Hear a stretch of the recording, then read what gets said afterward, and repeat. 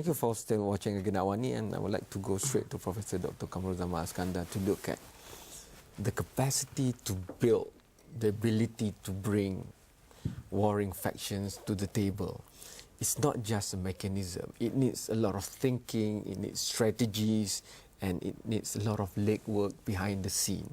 Research, for example, what the universities are good at, to find the facts, to equip both sides with the facts to bring to the table. If you can use your deep insight to, glean a bit of information to inspire us on that.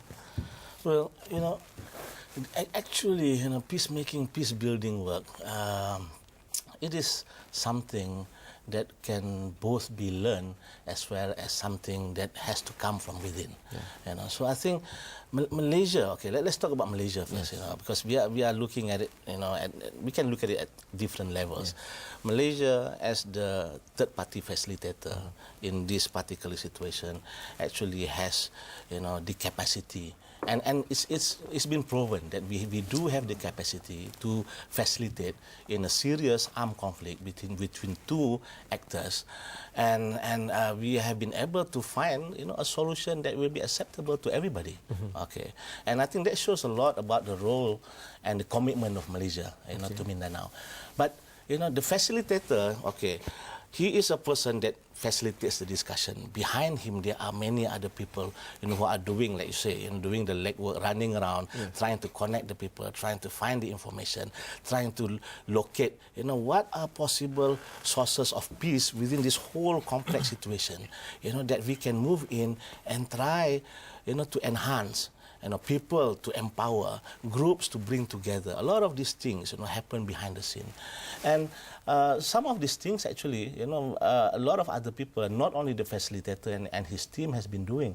I mean, for example, in Penang, we have our Mindanao Peace Program. I don't think, many of our audience know about our Mindanao Peace Program, but we have a Mindanao Peace Program for the last almost 8 years now. They have been doing a lot of this, backdoor dialogue, a lot of seminars, a lot of activities to enhance the capacities of the people to be involved, in a peace process, because that's important, and to connect people in a situation where they can talk freely about a lot of difficult things. So some of these things, might be, you might have difficulties discussing these things in a serious environment, like in KL or Putrajaya. We bring them, to Penang, in a more informal setting, in a situation that can enhance, some of these ideas. And we also connect, the armed actors, the major actors, to the other groups on the ground, because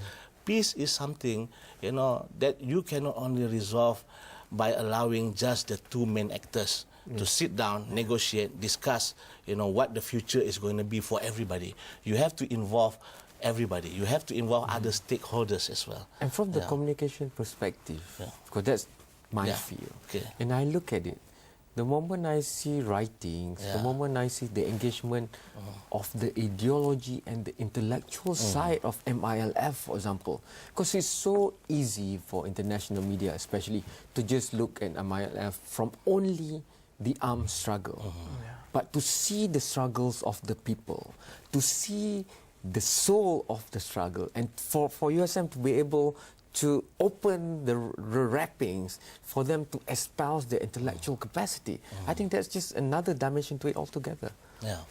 So a lot of these things, and also we also have to understand that we need to look at other places. We need to look at lessons learned from other cases, and that's how universities, like what we have been doing at USM, to bring the lessons learned from the research, from the studies that we have done, that other people have been doing, to highlight all these things and to show that there is a light at the end of the tunnel.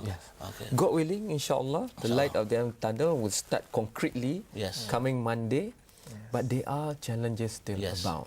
It's just politically that the agreement would be signed.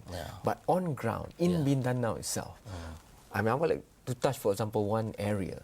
It's like the right to land.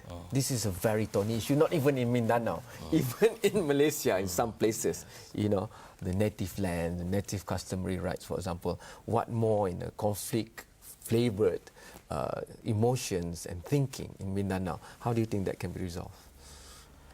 Well, thorny issues like that?